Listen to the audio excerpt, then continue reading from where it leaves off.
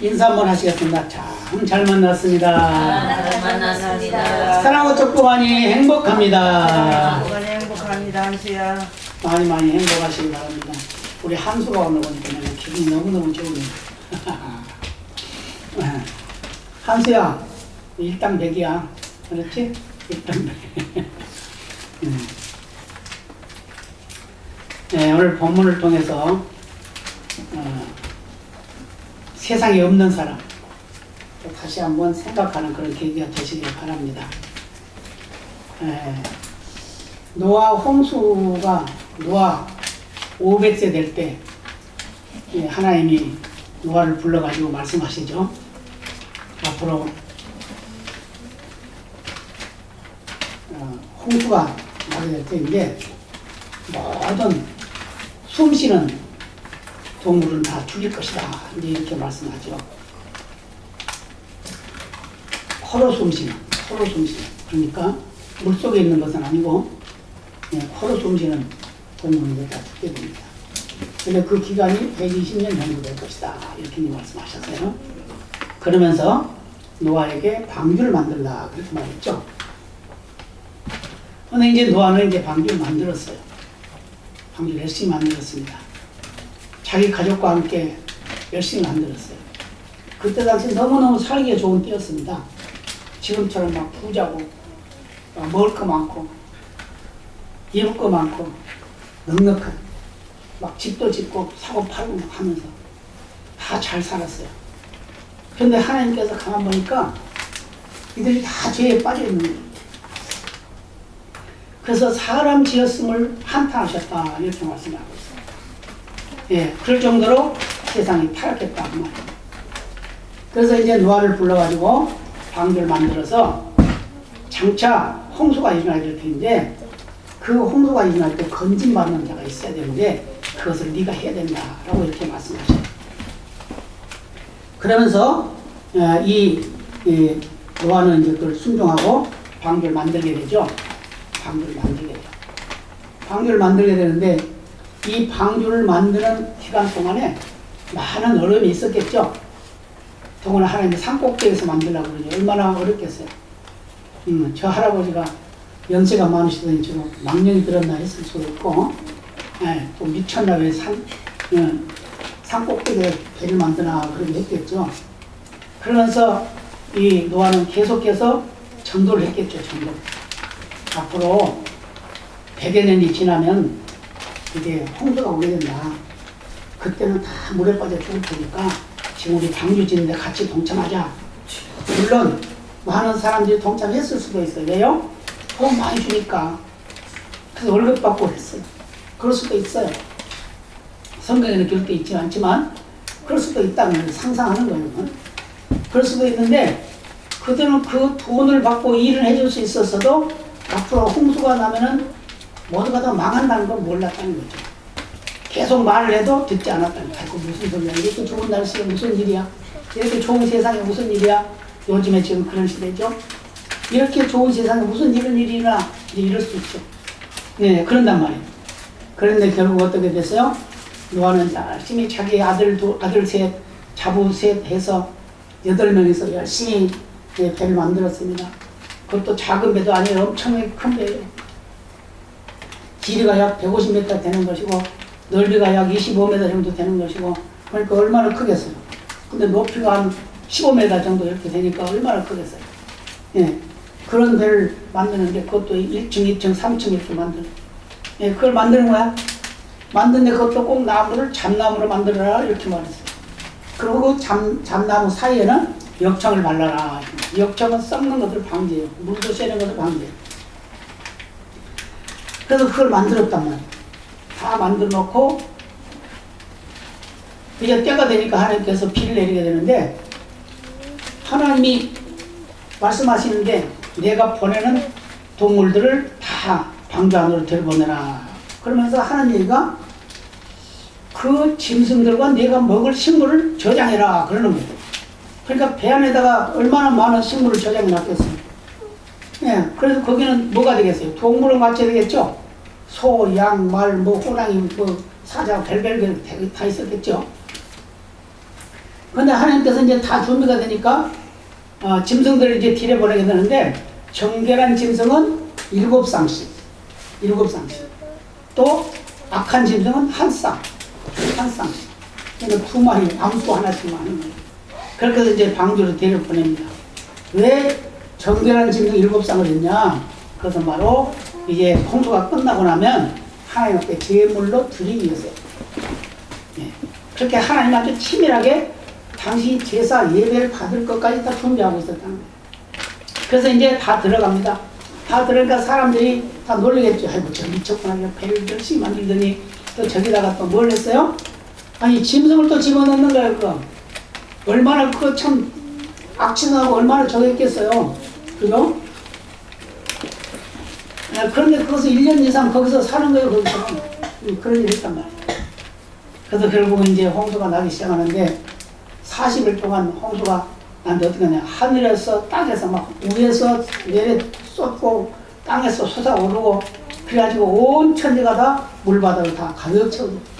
그래서 산이 다 물에 다 덮이게 됩니다. 나무도 풀도 다 덮이게 됩니다. 그러니까 배가 산꼭대기 있던 배가 이제 동동 떠 올라가는 거예요. 그때야 사람들이 어떻게 해요? 아, 저 할아버지 말이 맞았구나. 가자. 우리도 배 타러 가자. 근데 하나님께서 문을 다 닫아버렸으니 어떻게 배를 탈 수가 있어요? 다 죽고 마는 거죠. 그래서 코로 숨쉬는 짐승, 사람 다 죽게 마는 거죠. 그런 일이 났어요. 그러고 나서 이제 1년 후에 실질적으로는 1년 2개월이죠. 1년 2개월 후에 이제 땅이 이제 마르고 돼서 이제 방주에서 다 나오게 됩니다. 나와가지고 이 노아가 하는 일이 뭐냐면 농사를 했어요. 농사했어요. 하나님 앞에 예배를 드리고 그 짐승들을 정결한 짐승을 잡아서 예배를 제사를 드리고 그 다음에 이제 이제 농사를 지었는데 무슨 농사였어요? 포도나무입니다. 포도나무를 심었는데 그 포도 열매가 너무 맛있어요. 근데 그걸로 포도주를 만들어서 포도주를 먹었습니다. 근데 너무 많이 먹어서 취하게 됐어요. 그래서 벌거벗고 잡니다. 그런데 둘째 아들 가나안의 압이라고 했으니까 함인데, 그래서 셈과 함과 야벳이라고 그랬어요. 삼형제가. 함이 아버지의 모습을 보니까 아주 꼴불견이야.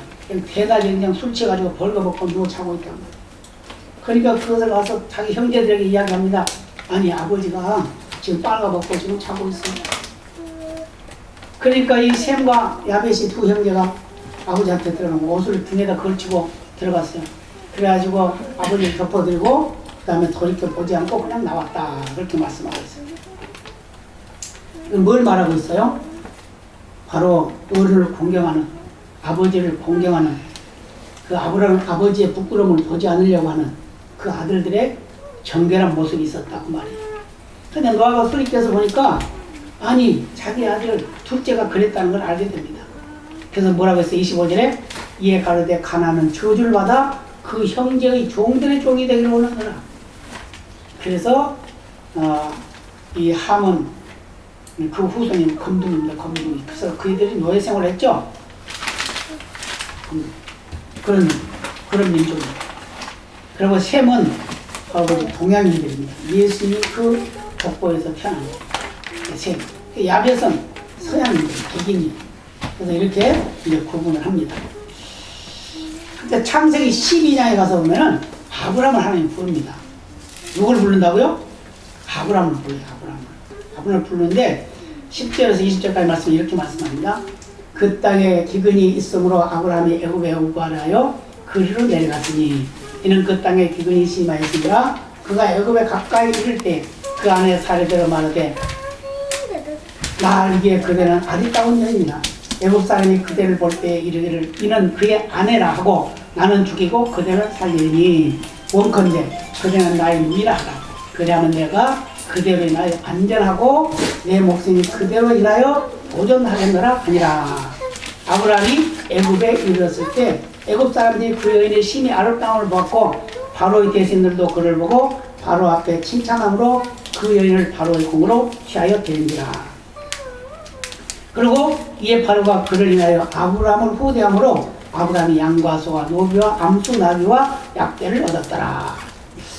아브라함은 자기 아내를 누이라고 해서 팔아먹게 돼요. 팔아먹고. 그래서 이 바로 왕이 그 아내를 빼앗아간 대신에 뭘 했어요?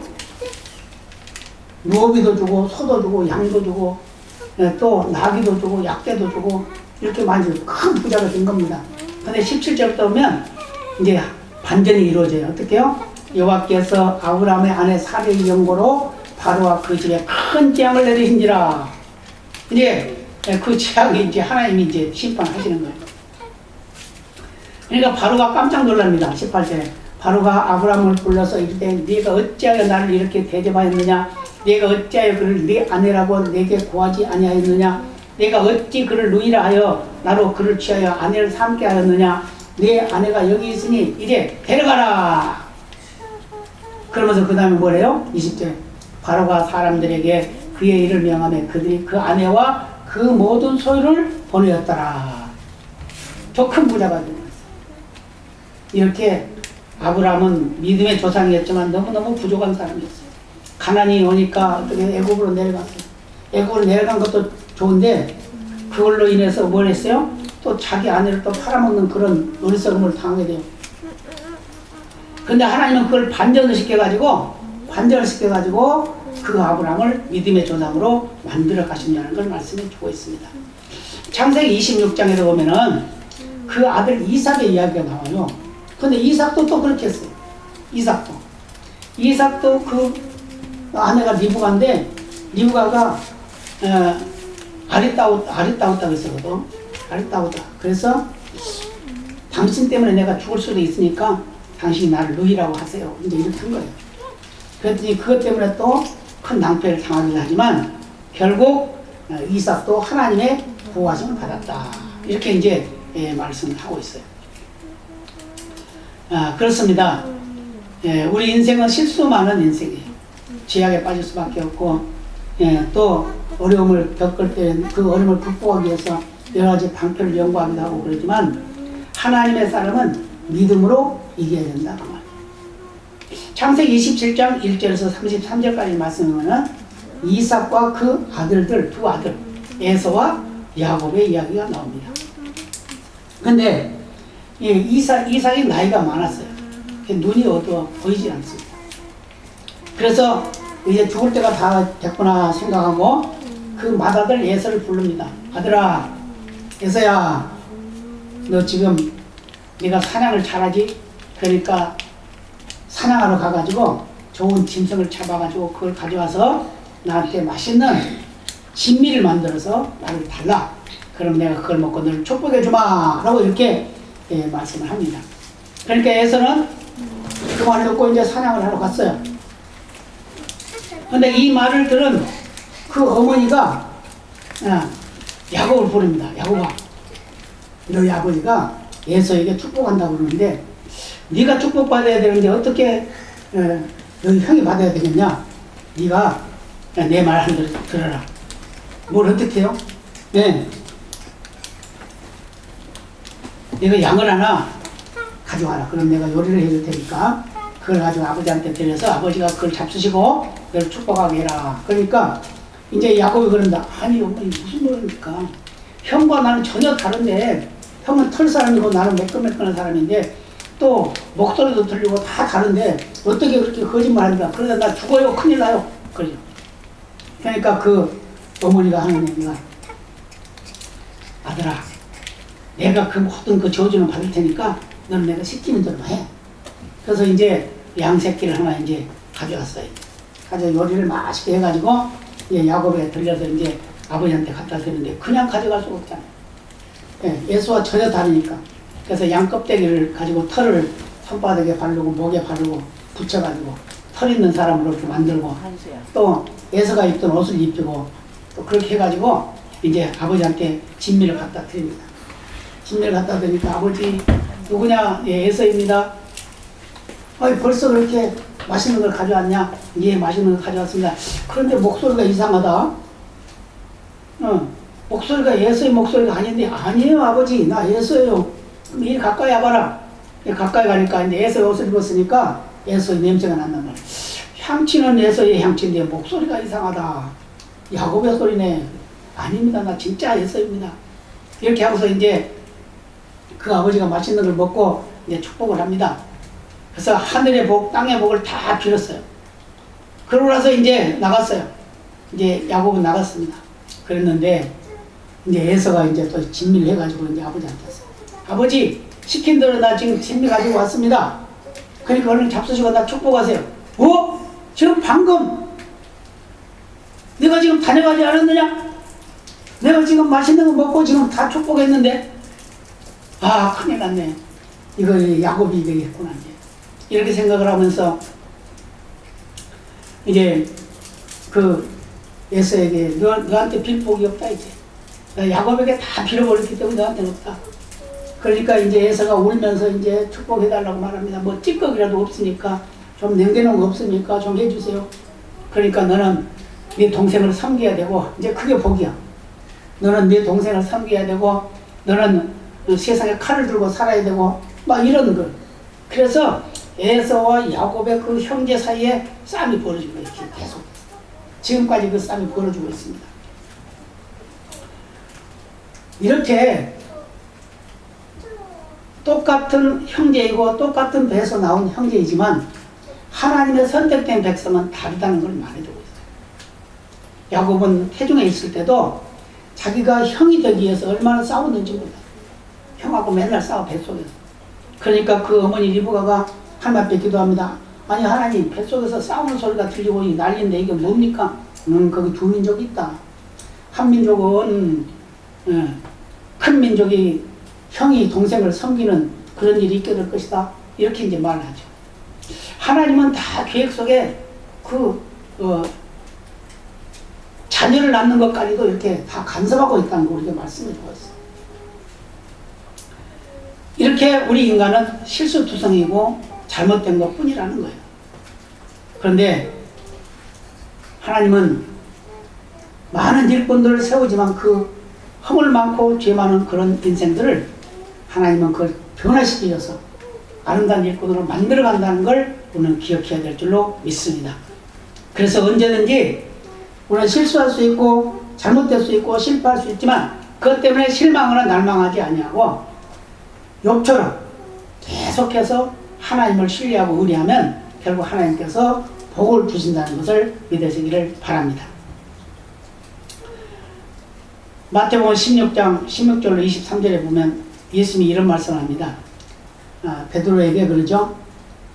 제자들에게 다 물어봐요. 세상 사람들이 나를 뭐라고 하더냐. 어떤 사람은 세례 요한이라고, 어떤 사람은 엘리야라고, 어떤 사람은 에레미야라고, 어떤 사람은 선지자 중에 하나라고 합니다. 그래요. 그러니까 또 물어봐요. 그럼 너희는 나를 누구라 하느냐? 그러니까 마태 16장 16절에 베드로가 그러죠. 주는 그리스도시요 살아계신 하나님이십니다. 하나님의 아들이십니다. 이렇게 이제 고백을 해요. 그러니까 예수님께서 뭐라고 그래? 바요나 시몬아 네가 복이 있도다. 이를 내게 하리 하늘 혈육이 아니라 하늘에 계신 내 아버지시니라 라고 이렇게 말씀하세요. 그러면서 하신 말씀이 내가 내게 베드로라고 하는 이름을 줄 텐데 그게 반석이다.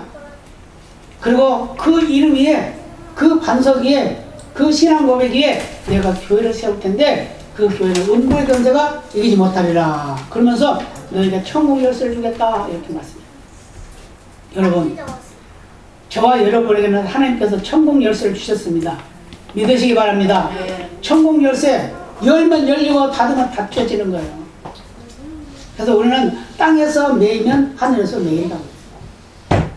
그래서 이렇게 칭찬을 받게 됩니다. 그래서 주는 그리스도시요 살아계신 하나님의 아들이신다는 그 신앙 고백 위에 세워진 교회. 이 교회는 바로 예수님이 주인 되시는 교회고 하나님이 영광을 받으셔야 하는 교회다. 그 말이에요. 그런데 조금 있다가 예수님께서 말씀하십니다. 이제 내가 십자가를 지고 이제 죽게 될 텐데 이제 다 너희들이 이제 다 흩어질 거야.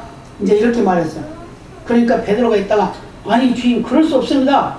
주님 앞에는 그런 일이 일어나면 안 됩니다. 라고 말리는 거야. 그러니까 또 예수께서 뭐라고 그래? 베드로에게 사단아 내 뒤로 물러가라. 너는 나를 넘어지게 하는 자로다.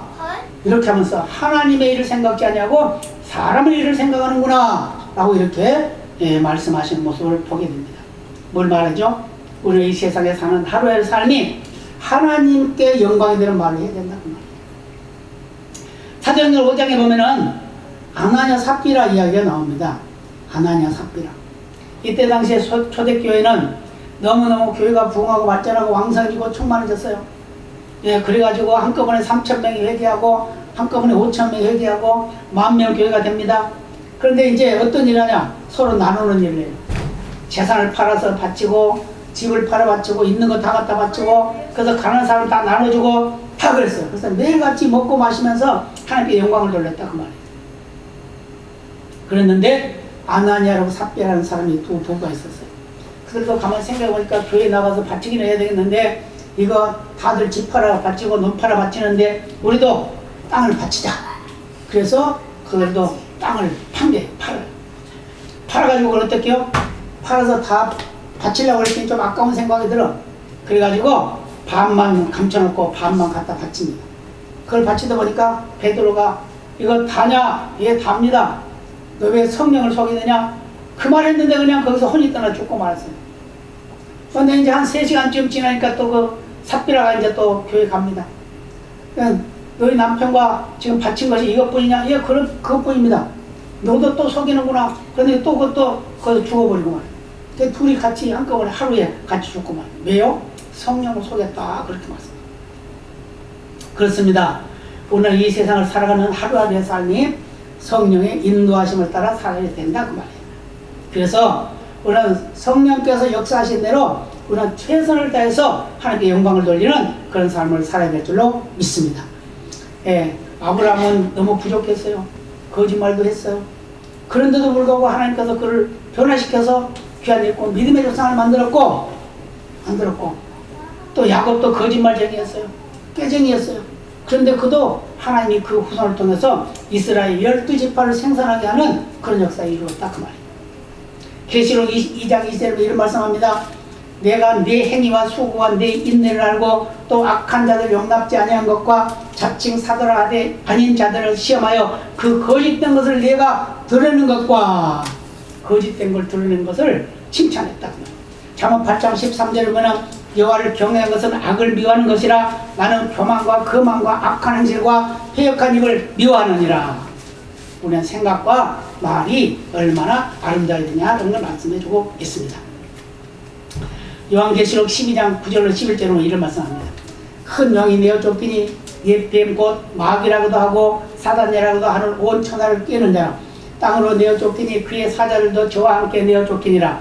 내가 또 들으니 하늘에 큰 음성이 있어 가로되 이제 우리 하나님의 구원과 능력과 나라와 또 그의 그리스도의 권세가 이루었으니 우리 형제들을 참수하던 자 곧 우리 하나님 앞에서 밤낮 참수하던 자가 쫓겨났고 또 열의 형제가 어린 양의 피와 자기의 증거하는 말을 위하여 저를 이겼으니 그들은 죽기까지 자기 생명을 아끼지 아니하였도다. 아멘.